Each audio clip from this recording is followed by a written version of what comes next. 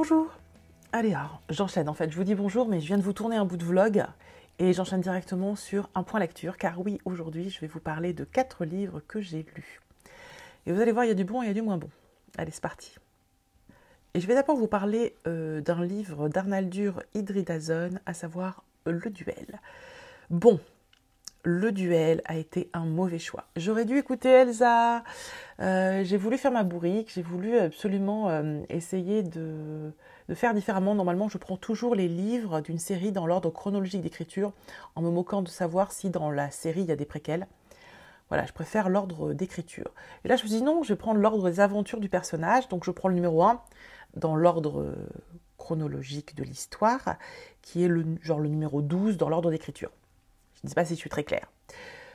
Et c'est donc un livre qui s'appelle Le Duel. Et je suis hyper contente parce que ça se passe dans le monde des échecs. C'est basé sur une partie qui a vraiment existé, etc. Et voilà, j'avais l'impression que j'allais retrouver le jeu de la dame. Ce livre, je l'ai adoré. La série aussi. Donc j'étais à fond, hyper réjouie. Et ça a été un échec. Mais un échec. Je n'ai pas du tout aimé ce livre.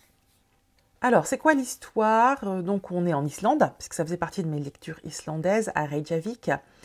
Et ça se passe en 1972 au moment d'un tournoi d'échecs entre, alors j'ai oublié leur nom, pardonnez-moi, Bobby Fischer, ça je m'en rappelle, et l'autre c'est Boris Spassky. Voilà.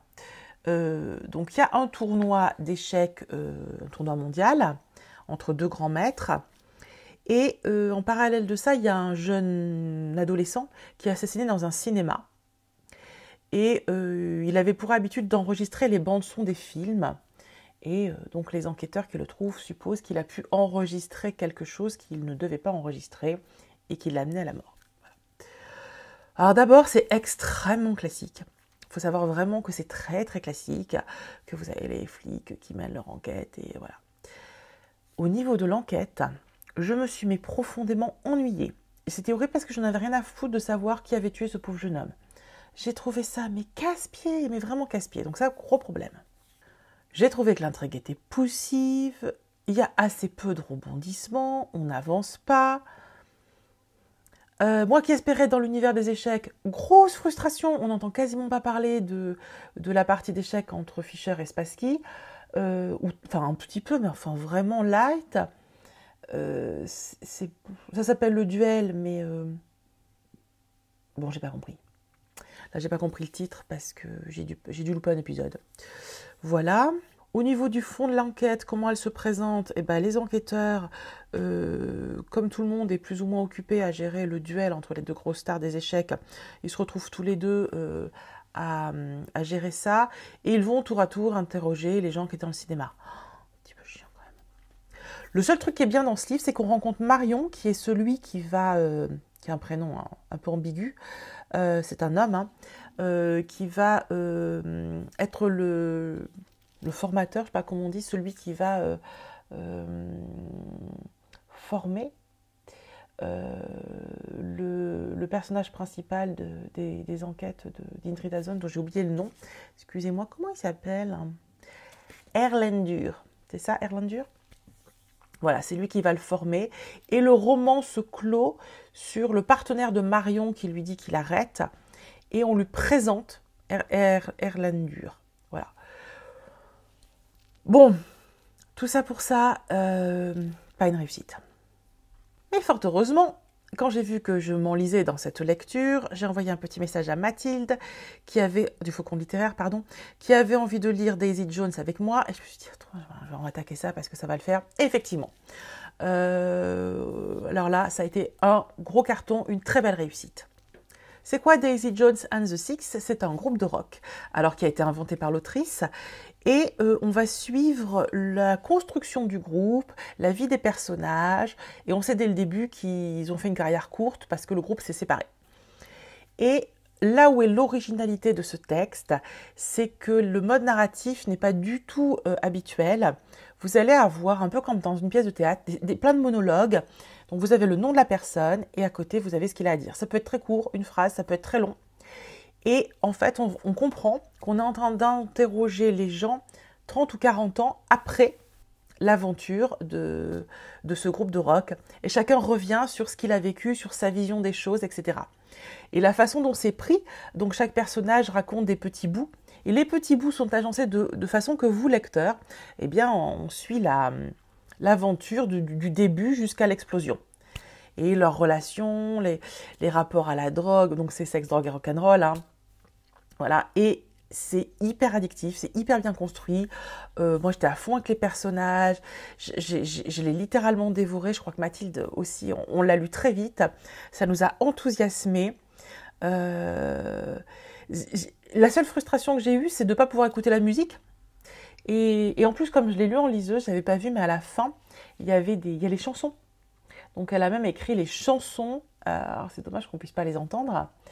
Et enfin voilà, c'est hyper bien fait, c'est hyper bien écrit. J'étais assez étonnée de la qualité du truc. Je m'attendais à quelque chose de beaucoup plus léger, de beaucoup plus, pas sans intérêt, mais voilà. Et pas du tout en fait. Donc plutôt une très très belle découverte. Alors il paraît que l'autrice se serait inspirée de Fleetwood Mac. Bon, alors après je ne peux pas vous dire exactement, mais ça a des relents de vérité et de réalisme assez impressionnants. Et ce qui est très drôle, c'est que je ne le savais pas du tout, je l'ai lu et j'ai bien fait de lire parce que j'aime bien lire les livres avant les films ou les séries. Et le livre va être adapté ou a été adapté en série et va sortir là début 2023. Donc je suis trop contente. Alors j'ai cherché un petit peu d'infos, voir ce que je trouvais sur cette adaptation. Donc, il va y avoir 10 épisodes, il sera fait par Prime Video. Donc Prime Video c'est Amazon, hein, si je ne dis pas de bêtises. Voilà, les acteurs, je vous l'ai mis là, pour ceux qui ont déjà lu le livre, hein, ça c'est marrant de mettre des visages. Donc Daisy Jones sera jouée par Riley Keough, je ne sais pas comment se prononce son nom, donc cette jeune femme. Camilla Dunn, qui est la femme du chanteur, sera jouée par Camilla Morone, elle a le même prénom. Billy Dunn, donc le chanteur principal, sera joué par Sam Claflin. Karen Sisco, qui est la pianiste du groupe, sera jouée par Suki Waterhouse. Clic-clac, attendez, j'ai pas fini. Simone Jackson, qui est la meilleure amie de Daisy Jones, sera jouée par Nabila B. Elle est là. Et Graham Dunn, le frère, donc ils sont deux frères à fonder le groupe à la base, sera joué par Will Harrison. Voilà, ça fait super envie. Donc, si comme moi, vous préférez lire les livres avant, vu que la série a l'air assez top, je vous invite à lire le livre, il se lit très vite, profitez-en. Vous pouvez même vous le caler pour mars au féminin. Et hop, on enchaîne directement sur la petite série. C'est pas beau ça? Et on revient sur un échec. Car oui, mes lectures islandaises ont été un vrai échec, une vraie déception, puisque j'ai lu L'Embellie de, alors attention, Odur Ava Ófalsdóttir. Excusez-moi, je ne retiens pas les noms islandais, c'est une catastrophe, hein, j'ai un vrai problème. Bon, c'était l'autrice qui a écrit Rosa Candida. Moi, j'avais beaucoup aimé ce livre, c'est le seul que j'avais lu d'elle. Et je me suis dit, bah super, je vais en lire un autre dans mes lectures islandaises, ça va être trop chouette. Moi, j'ai pas du tout aimé. Donc pour l'histoire, on suit une jeune femme islandaise. Donc au début du livre, son mari lui annonce qu'il la quitte. Il lui annonce qu'il la quitte, puis après il lui annonce que il voudrait bien avoir un enfant. Et puis après il lui annonce qu'en fait il va en avoir un, parce qu'en fait il la quitte pour une autre femme qui est enceinte et qui est sur le point d'accoucher. Voilà. Et elle moufte pas. C'est un personnage extrêmement bizarre, assez barré, très monolithique, qui... Voilà, je sais pas comment vous décrire, elle est un peu agaçante de passivité. Et elle décide sur un coup de tête de partir faire le tour de l'Islande. Donc c'est le tour que j'ai fait sur la route 1. Donc c'est pour ça que ça m'intéressait. Et elle emmène avec elle, chose improbable quand même, le fils de sa meilleure amie qui a 4 ans, qui est handicapé, qui est sourd. C'est un peu compliqué. Elle qui n'a pas d'enfant et qui n'aime pas trop s'encombrer visiblement. Donc la meilleure amie est enceinte de jumelles, elle est à l'hôpital et elle lui laisse son gosse. Et l'autre elle lui dit ok, je pars avec et je pars sur les routes dans le froid, parce qu'il fait quand même super froid. Et voilà. Et puis bah voilà, on la suit dans ses aventures, dans ses rencontres. Je n'ai pas du tout accroché. Alors je pense que ça se veut barrer, elle fait des rencontres improbables, elle arrive à nouer un lien avec ce petit garçon. Au début, la communication, évidemment, à 4 ans, handicapé et sourd, autant vous dire que la communication n'est pas simple. Et elle y arrive, donc ça c'est assez joli. Elle fait des belles rencontres sur son chemin. Mais je sais pas, ça m'a saoulée. Je n'ai pas, je sais pas, j'ai pas réussi à m'accrocher au personnage, j'ai pas réussi à... J'ai bloqué. Bref, je vais pas vous en dire beaucoup plus, ça a été une grosse déception. Et enfin, dernière lecture, je vais vous parler d'un coup de cœur, car oui, j'ai changé mon plan de lecture et j'ai choisi de lire un livre qui n'était pas dans ma palle d'hiver, mais j'avais besoin d'une espèce de certitude, de confort de lecture. Après, donc, un peu comme ce qu'a fait Daisy Jones après la lecture du Duel, là encore, c'était un échec et j'avais besoin d'une lecture confortable. Et donc j'ai pris le tome 2 qui s'appelle L'illusion du mal de Pier Giorgio Puglisi. Donc j'avais adoré le tome précédent et je vous en ai parlé il n'y a pas longtemps et j'ai dévoré celui-ci. Mais littéralement dévoré, je pense que je l'ai préféré au numéro 1. Alors on est où? On est toujours en Italie, on est toujours en Sardaigne et... on va être des deux côtés, on va être Sardaigne, enfin Milan.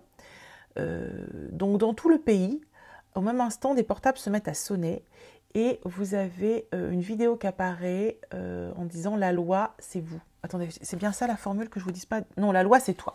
La loi, c'est toi. Et en fait, on découvre un horrible personnage, un horrible pédophile dont on sait qu'il est coupable.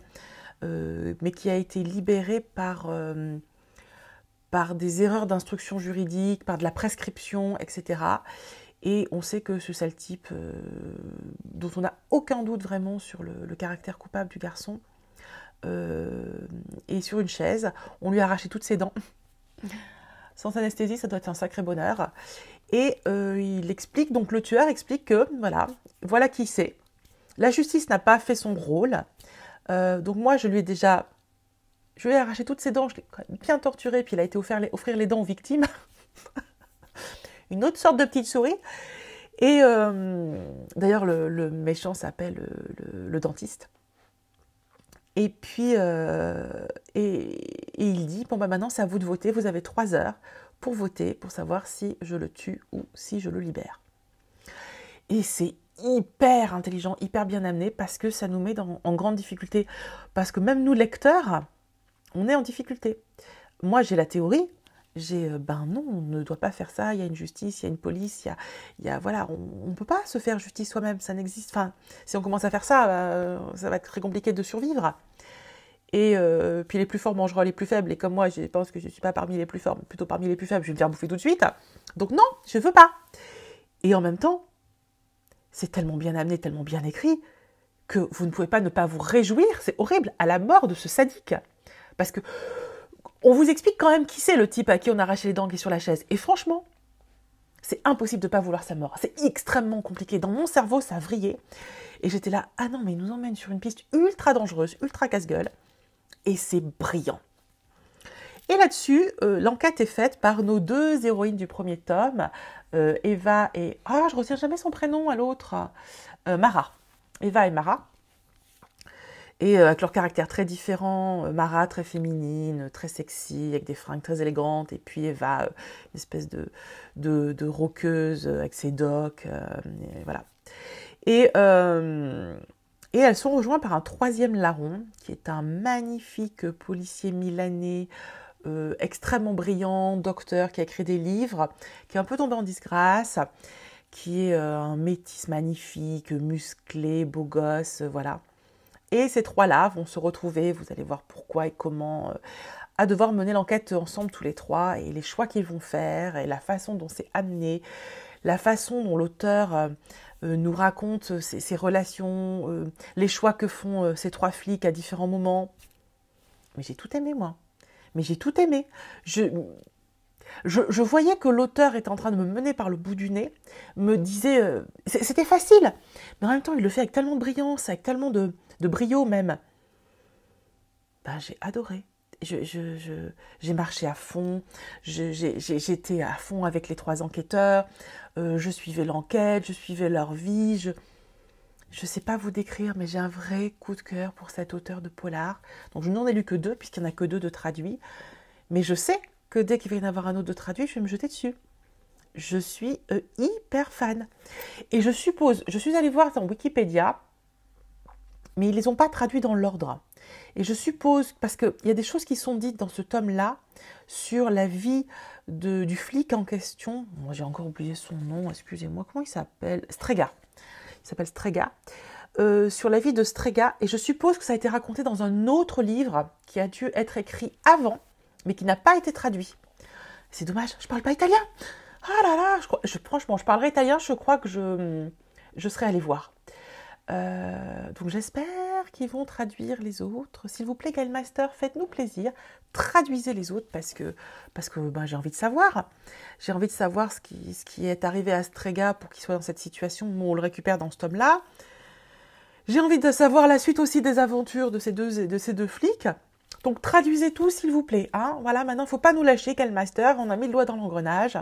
On compte sur vous, hein, c'est important. Donc voilà, ma lecture, coup de cœur, doudou, facile, réconfortante, pas de la grande littérature, mais bon, le page-turner qu'on dévore de temps en temps, ça fait du bien. Voilà, allez, je vous embrasse, fin de ce nouveau point lecture, et je pense que le prochain sera un point lecture rentrée littéraire. Je vous fais des gros bisous, ciao.